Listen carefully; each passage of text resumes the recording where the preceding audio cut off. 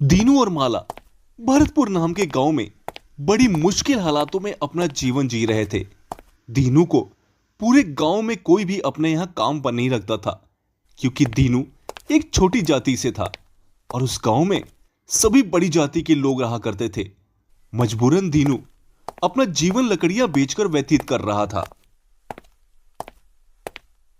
मालिक, क्या आप मेरे कुछ पैसे बढ़ा सकते हैं? महंगाई इतनी बढ़ गई है कि जितना मिल रहा है उतने में गुजारा करना मुश्किल हो रहा है। क्यों रे दीनू, अभी पिछले महीने तो तेरी लकड़ियों के भाव बढ़ाए थे और इस महीने फिर बोल रहा है काम करना है तो कर, नहीं तो चलता बन। बाकी मजदूरों को कोई समस्या नहीं, तुझे अकेले कोई समस्या है बस। मालिक, समस्या तो सबको ही है, पर आपके डर से कोई आपके सामने बोलने की हिम्मत नहीं रखता। अच्छा रे, तू बहुत बहादुर लग रहा है जो सबकी समस्या लेकर आ गया। चल जा यहाँ से, और कल से मेरे यहाँ लकड़ियाँ लेके आने की कोई जरूरत नहीं है। अगर दोबारा यहाँ दिखाई दिया तो धक्के मारकर यहाँ से निकाल दूंगा। मालिक, मेरी बात तो सुनिए। जाता है या धक्के मारकर निकालूं यहाँ से? तुम छोटी जाति के लोग होते ही ऐसे हो, हाथ पकड़ाने पर पूरी कलाई पकड़ लेते हो। दीनू वहां से चल देता है। मजबूर दीनू अब करे तो क्या करे। बड़ी मुश्किल से वो लकड़ियां काटकर गांव के मुंशी के यहां बेचकर अपना जीवन जी रहा था। अब वो उम्मीद भी टूट चुकी थी। घर आकर दीनू अपनी पत्नी से कहता है,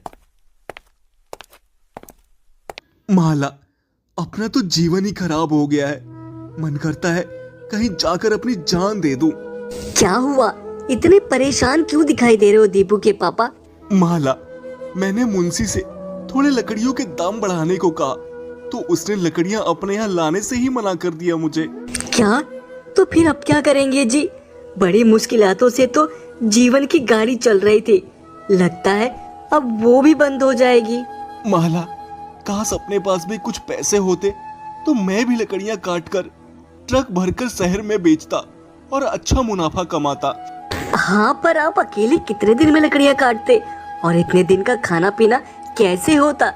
ना, मैं तो कहती हूँ आप मुंशी के पास कल लकड़ियां लेकर जाओ और उससे प्रार्थना करके अपनी लकड़ियां बेचने को कहो उससे।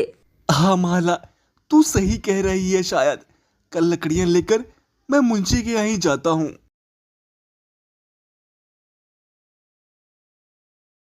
अगले दिन दीनू लकड़ियां काटकर वापस आ रहा था, तब उसे रास्ते में एक साधु मिले।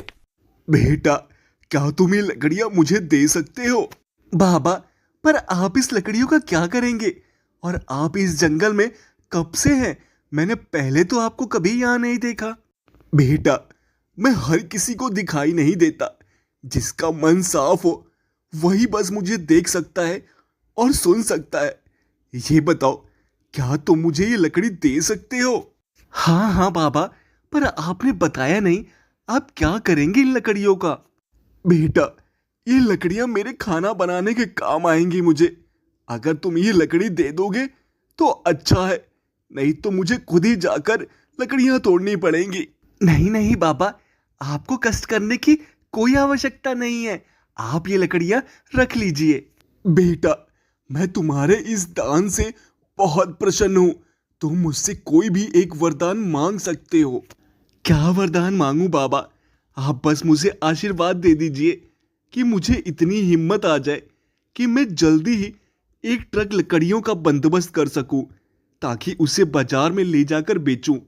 मेरे घर कुछ खाने पीने को नहीं है बाबा। ये लकड़ियां मैं लेकर गांव के मुंशी के यहाँ जा रहा था, ताकि उससे जो पैसे आए उससे मैं कुछ अनाज ला सकूं। तुमने ये लकड़ियां मुझे देकर बहुत बड़ा दान दिया है बेटा, तो मैं तुमको खाली हाथ कैसे जाने दे सकता हूं। वो मटका देखो, उसे अपने साथ ले जाओ और तुमको जब भी खाने की जरूरत हो इस मटके से मांग लेना। क्या सच में बाबा? क्या सच में ये मटका मुझे खाना देगा? हाँ बेटा, पर ध्यान रहे जितनी आवश्यकता हो उतना ही खाना मांगना इससे। अगर तुमने खाना मांगकर उसे पूरा नहीं खाया तो ये मटका गायब हो जाएगा। आपका ये उपकार मैं कैसे भूल सकता हूँ बाबा। पर इस मटके से तो आप खाना मांगते होंगे, तो फिर आपका भोजन का काम कैसे चलेगा बाबा? मैं अपना खाना खुद बनाता हूँ बेटा। ये जादुई मटका हम जैसे तपस्वी के लिए नहीं होता। अब तुम इसे ले जाओ।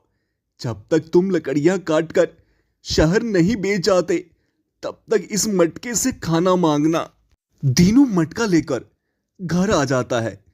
माला मटका देखकर कहती है, अरे आप लकड़ियां बेचने गए थे और ये मटका उठा कर ले आए। अब क्या मटका बेचने का काम शुरू करना है? अरे माला, ये मटका मैं बेचने के लिए नहीं लाया हूं। ये मुझे एक बाबा ने दिया है और कहा है ये जादुई मटका है, जादुई। इससे खाना मांगने पर ये मटका खाना देता है। क्या क्या सच में? क्या सच कह रहे हैं आप? ये मटका खाना देता है? फिर तो हम इस मटके से खाना मांगकर खा सकते हैं और काम करने की भी आवश्यकता नहीं।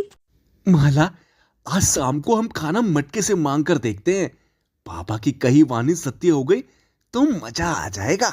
शाम होते ही दीनू मटके से खाना मांगता है।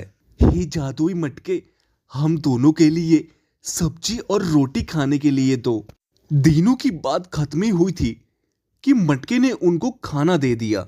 ये तो कमाल हो गया जी। अब हमें खाने की कमी नहीं होगी। चलिए खाना खाते हैं। दोनों खाना खाकर सो गए।